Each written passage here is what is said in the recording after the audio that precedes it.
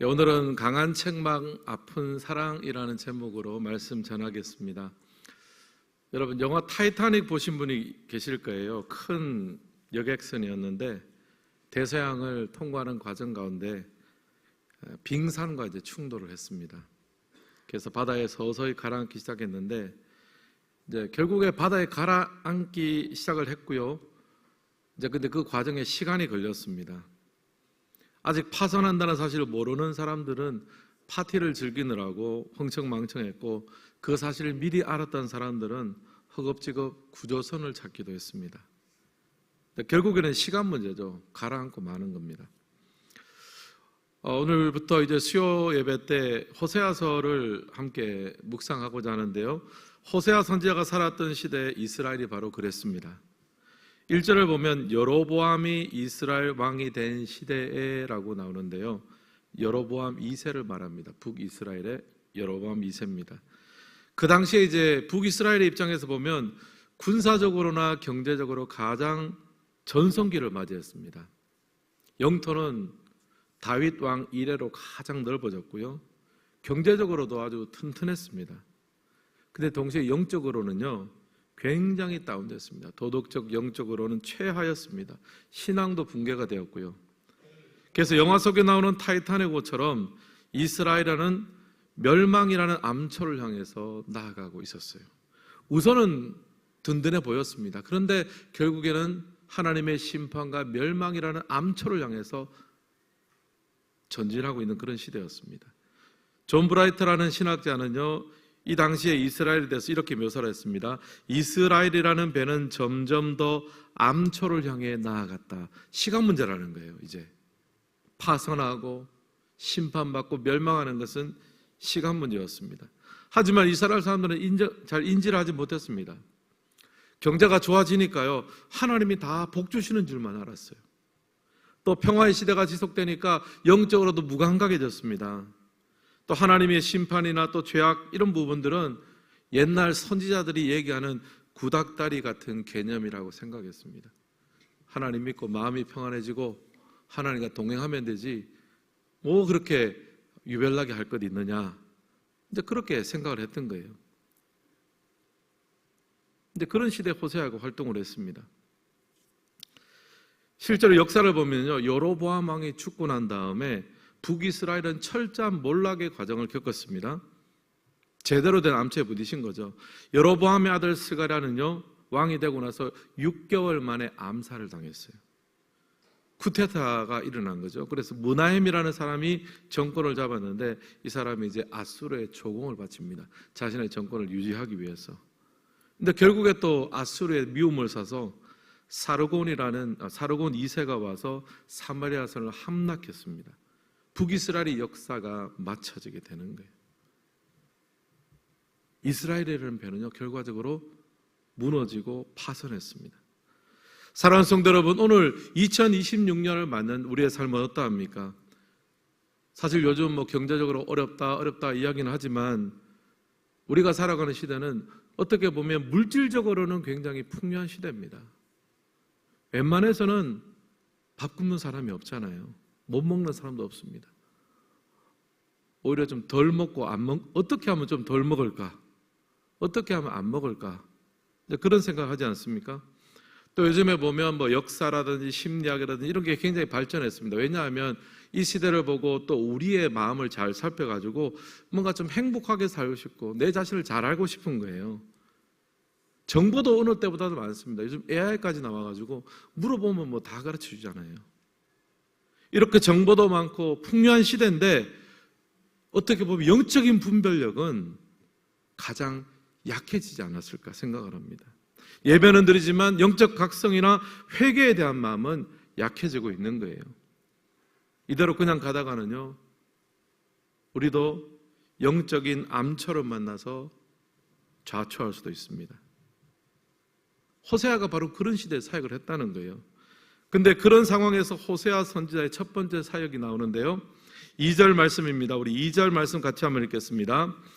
여호와께서 처음 호세아에게 말씀하실 때 여호와께서 호세아에게 이르시되 너는 가서 음란한 여자를 맞이하여 음란한 자식들을 낳아라. 이 나라가 여호와를 떠나 크게 음란하면이라. 시니 호세의 첫 사역이 뭐냐면은 음란한 여인과 결혼하라라고 하는 겁니다. 의아하죠. 3절을 보면 고멜이라는 여자와 이제 결혼했습니다. 근데 이때부터 호세아의 고통이 시작이 되는 거예요. 고멜이 결혼 생활을 하다가 가정을 뛰쳐나가서 가출한 적도 있습니다. 다시 옛날 모습으로 돌아간 거죠. 그럼 호세아가 또 그 고멜을 다시 데리고 옵니다. 한번 상상해 보십시오. 호세아 선지자 입장에서는 이 모든 과정이 얼마나 고통스럽겠습니까? 또 주위에서는 호세아 선지자 부인이 도망쳤대. 그러면 이게 상상을 초월하는 얘기잖아요. 수근수근거리고 선지자 채통이 말이 아닙니다. 그럼에도 불구하고 하나님은요, 그녀하고 결혼하라는 거예요. 호세아 선지자는 결혼 생활 자체가 고통이었습니다. 왜냐하면 신앙의 수준도 안 맞고 마음도 안 맞고 뜻도 안 맞고 성격도 안 맞고 아무것도 안 맞아요. 그냥 같이 사는 것 자체가 고통인 거예요. 게다가 그 고멜과의 사이에서 자녀들이 태어났는데요, 첫째는 아들이 태어났습니다.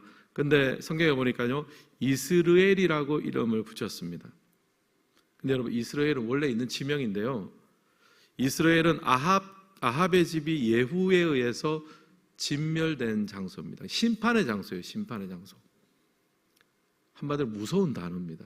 이스라엘 사람들이 이스라엘이라 그러면 거기 참 역사적으로 하나님의 심판이 임했던 곳, 무서운 곳이다. 요즘으로 치면요, 아이가 태어났는데, 여러분, 아이가 태어나면 이름을 좀 예쁜 이름, 복된 이름을 짓고 싶으십니까? 아니면 좀 무서운 이름을 짓고 싶으십니까? 복된 이름을 짓고 싶잖아요. 근데 아이 이름을요, 아우슈비츠 이렇게 지은 거랑 마찬가지예요. 히로시마 폭탄 떨어졌던 거.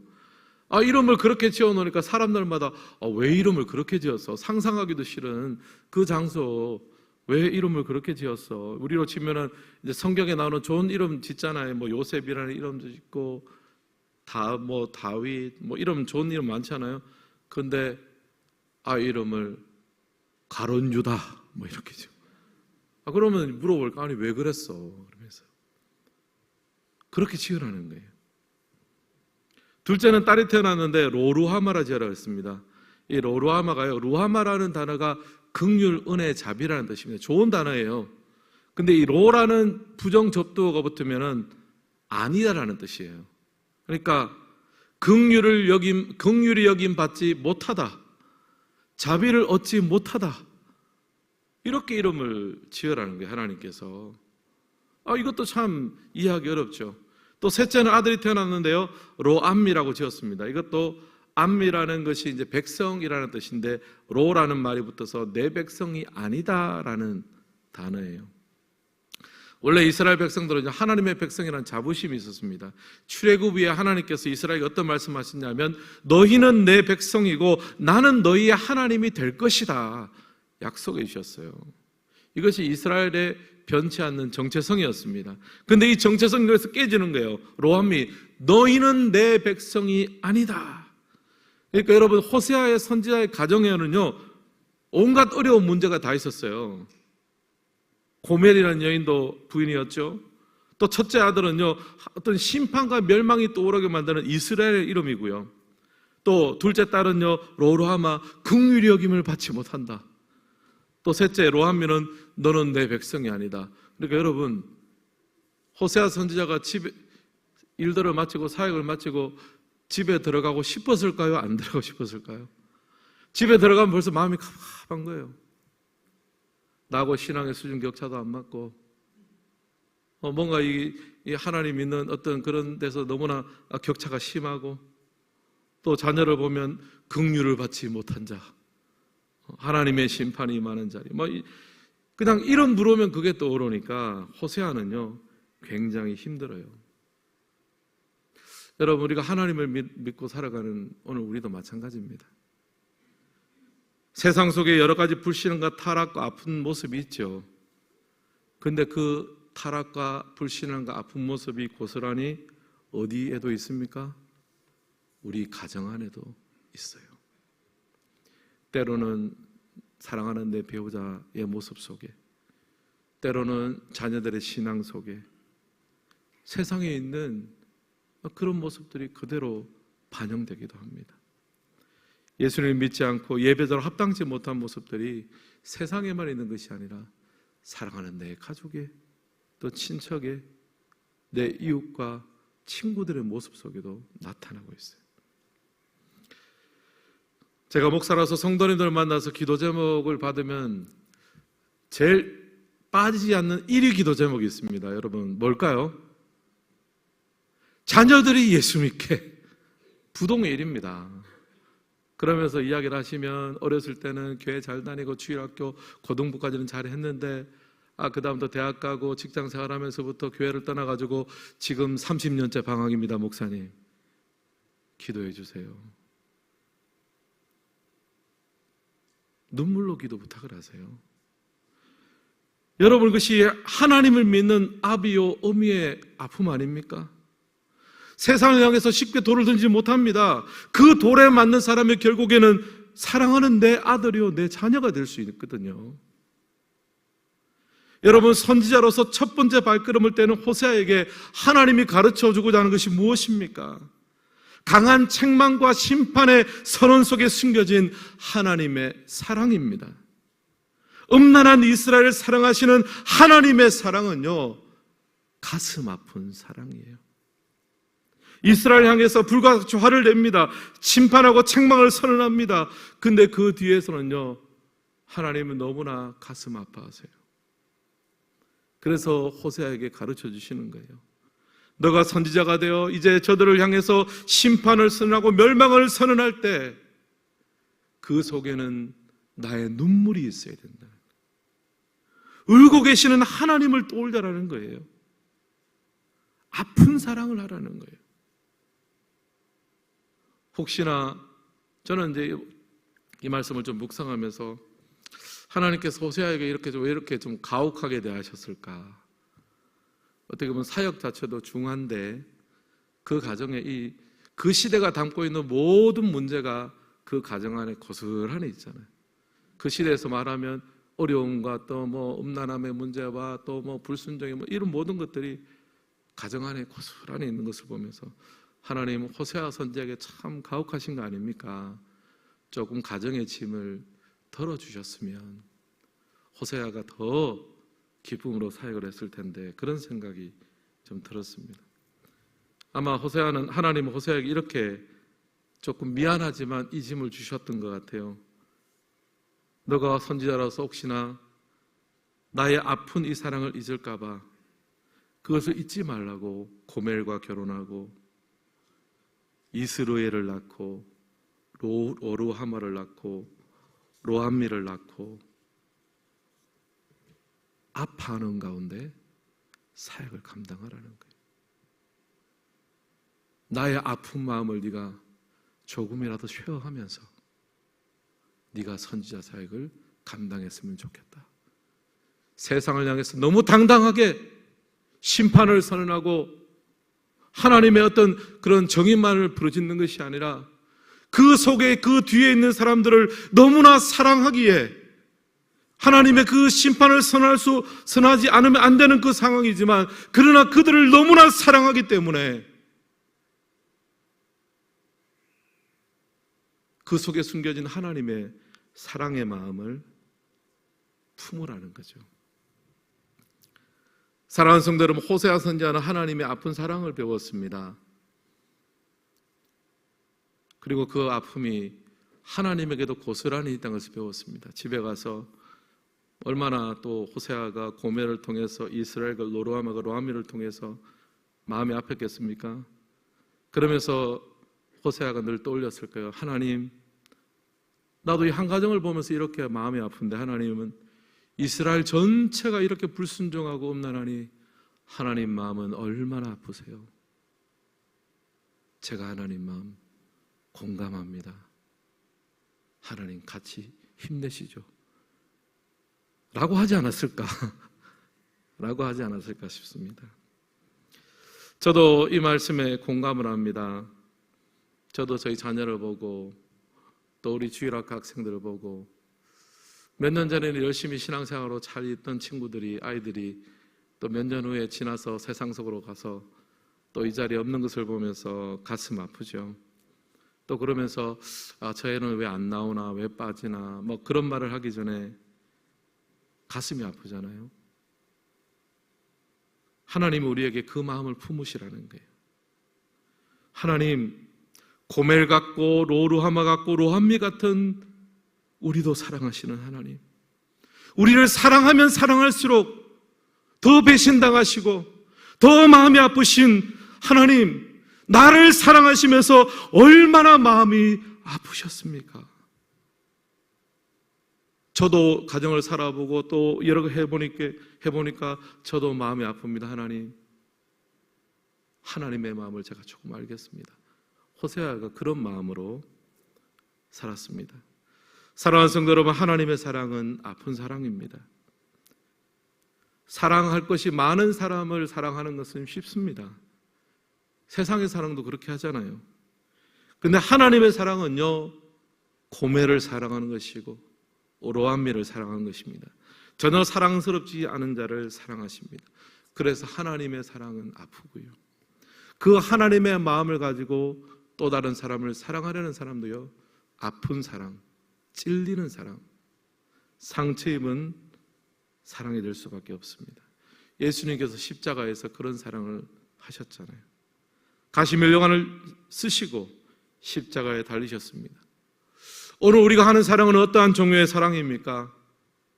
달콤한 사랑만 하는 건 아니십니까? 달콤한 사랑도 필요하지만 오늘 우리가 살아가는 시대는 아픈 사랑이 필요한 시대입니다. TV를 보고 유튜브를 보면 다 달콤한 사랑만 이야기합니다. 신데렐라 같은 사랑만 이야기합니다. 그러나 하나님의 사랑은요, 아픈 사랑이거든요. 오늘 우리 성도님들 가운데 이 아픈 사랑이 또 회복될 뿐 아니라 그 아픈 사랑이 하나님의 은혜와 능력으로 말미암아 하나님의 놀라운 역사가 일어나는 현장이 될 수 있기를 주님의 이름으로 축원합니다. 그러면 이 하나님의 아픈 사랑이 어떻게 이루어질 것인가? 그 부분을 한 가지만 좀 살펴보고 마쳤으면 좋겠습니다. 10절 말씀 우리 같이 한번 읽겠습니다. 10절 시작. 그러나 이스라엘 자손의 수가 바닷가의 모래같이 되어서 헤아릴 수도 없고 셀 수도 없을 것이며 전에 그들에게 이르기를 너희는 내 백성이 아니라 한 그곳에서 그들에게 이르기를 너희는 살아계신 하나님의 아들이라 할 것이니라. 아멘. 여기 보면 그러나라로 시작합니다. 앞문배까지는요, 이스라엘은 고멜이고 이스라엘이고 로루함하고 로함이었습니다. 소망이 없습니다. 근데 여기서 한 소망이 나오는 거예요. 어디서 나옵니까? 그러나 인간의 끝은요, 하나님의 그러나의 시작이 될 줄 믿습니다. 여러분, 오늘 새해 우리가 첫 월사 기도에 나오신 여러분들, 여러분이 인간적으로 해답이 없거나 우리의 방법으로는 끝이 될지 몰라도, 그러나 오늘 이 자리에서 기도하며 나아갈 때 하나님께서 새롭게 여시는 그러나의 역사가 일어나기를 주님의 이름으로 축원합니다. 앞에서는 다 고멜이고 로함입니다.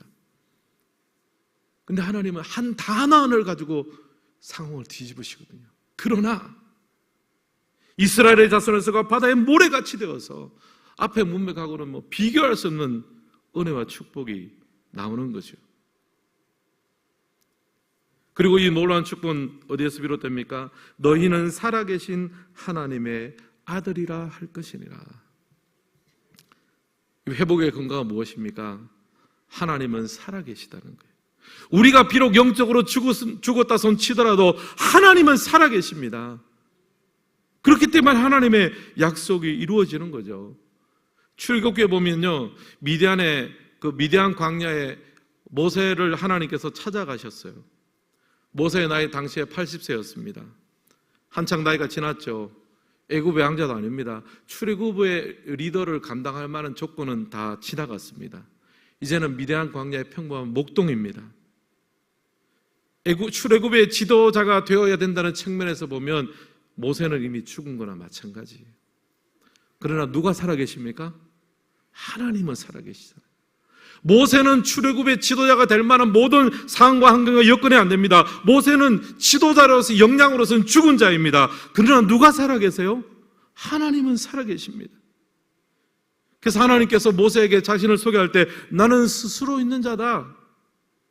하나님은 누구의 도움을 받는 자가 아닙니다. 어떤 시간의 도움을 받는 자가 아닙니다. 능력의 도움을 받는 자가 아닙니다. 하나님은 스스로 계신 자예요. 여러분, 모세의 위대함이 출애굽의 원인이 아니라요, 출애굽의 원인은요, 하나님의 살아계심이에요. 오늘 이 시간 우리가 하나님 앞에 그런 마음으로 기도했으면 좋겠습니다. 나의 상황은 약해지고 부족하고 연약하지만 나를 돌보고 계시는 하나님은 살아계시는 줄 믿습니다. 이 소망을 가지고 우리가 기도를 해야 되는 거예요. 제가 종종 간증한 부분이기도 한데요, 대학 시절에 생각을 해보면 신대원 가기 전에 그때는 제가 신앙도 그렇게 있었던 것은 아닙니다. 좀 시니컬했고 그렇게 믿음 생활 잘했던 것은 아닙니다. 하나님이 잘 안 믿겨지고 하니까 인생이 공허하고 우울하잖아요. 대학 졸업할 때쯤 되면은 이제 뭐 먹고 살아야 되는가? 그러면 또 이제 젊은 마음에 먹고 사는 게 단가? 인생이 이게 정말 다란 말인가? 그런 생각이 들었습니다. 그때 하나님께서 저를 만나 주셨는데, 말씀을 통해서 예배를 통해 만나 주셨고, 특별히 이제 고뇌하던 청년이었으니까 책을 통해서도 만나 주셨어요. 어떤 거냐 하면 프란시스 셰퍼의 거기 계시며 말씀하시는 하나님이라는 이제 세계관에 대한 책이 있습니다. 대학 시절에 이제 그런 고민을 하는데, 이 책 제목, 영어 제목이 뭐냐면 He is there. 하나님이 그 고뇌의 자리에 계신다는 거예요. 그리고 And He is not silent. 그리고 하나님은 침묵하지 않으신다. 두꺼운 책도 아니에요. 물론 전집도 있지만 그 책을 읽는데 마음이 뜨거워지는 거예요. 하나님은 여기 계시는구나. 그리고 하나님은 이렇게 고민하고, 이 세상 가운데 하나님은 어떤 의미가 있습니까? 고민하는 자에게 He is there and He is not silent. 하나님은 침묵하지 않으신다. 그 책을 읽는데요, 마음이 시원해지는 거예요. 하나님은, 그리고 나서 제가 성경을 펼쳤습니다. 하나님은 세상의 존재에 대해서도 말씀하시고, 인생이 무엇인지에 대해서 말씀하시고, 나에 대해서도 침묵하지 않으셨어요. 하나님이 말씀하시기 시작할 때 제 어둠의 젊은 시절의 어둠은 사라졌습니다. 하나님의 살아계심이 오늘의 저를 만들었습니다. 사랑하는 성도 여러분, 새해를 시작하면서 때로는 암울하기도 하고 염려되고 걱정되고 되는 부분이 있는 줄 압니다. 그러나 여러분 기억하십시오. 우리를 만드시고 여기까지 인도하시는 하나님은 살아계시는 줄 믿습니다. 그 하나님이 살아계시니까 고멜과 같은 우리를, 로루아말 같은 우리를 하나님의 백성으로 만드시고 그러나의 대역전극을 펼쳐주시는 거예요. 에스겔서 37장에 보면 마른 뼈 골짜기가 나오지 않습니까? 이스라엘의 영적인 골짜기가 뼈가 말라버리고요, 생명의 가능성이 0%밖에 안 됩니다. 전혀 없어요. 근데 하나님께서 물으십니다. 이 뼈들이 능히 살겠느냐? 나중에 어떻게 삽니까? 하나님의 생기, 성령의 생기가 불어넣어질 때. 여러분, 우리가 새해 첫 월삭 기도회 때 실망하지 않고 낙심치 않고 하나님 앞에 담대하게 기도할 수 있는 것은요, 나의 영적인 상태나 나의 삶과 환경이 아니라 우리를 붙드시고 인도하시는 하나님은 살아계시는 분이신 줄 믿습니다. 하나님 살아계시는 거예요. 살아계실 뿐 아니라 우리를 위해서 지금까지 아픈 사랑을 하셨습니다. 우리를 구원하시기 위해서 십자가에 대어 달려 죽으시고, 우리가 불순종할 때마다 우리를 품어주시고 참아주시고 인내해주시고, 그 주님의 사랑을 좀 배우라고 우리 주변에 아픈 사랑을 할 수밖에 없는 사람들을 심어 놓으셨는데, 그게 다 하나님의 은혜의 통로인 거예요. 여러분, 2026년 여호와께 돌아가는 해가 되기를 소망합니다. 아픈 사랑으로 우리를 품어주시고 구원하신 그 하나님께로 돌아가는 은혜가 있기를 예수님의 이름으로 축원합니다. 한번 따라합시다. 2026년 여호와께 돌아갑시다. 여호와께 돌아갑시다. 찬양 가사 중 이런 가사 있습니다. 여호와께 돌아가자. 우린 돌아서도 그는 변치 않네. 여호와께 돌아가자. 우린 넘어져도 그 사랑 영원하네. 이 여호와 하나님의 사랑, 아픈 사랑이지만 우리를 품어주신 그 사랑으로 우리가 회복되었고, 내 상관에 찾아오셔서 침묵하지 않으시고 말씀하신 하나님, 오늘 이 기도를 통해서 나에게 하나님의 생기를 불어넣어 주셔서 말씀하여 주시고 침묵하지 않고 나를 회복시켜 주셔서 2026년 가운데 하나님의 놀라운 은혜를 맛보는 승리하는 삶을 살아가시기를 예수님의 이름으로 축원합니다.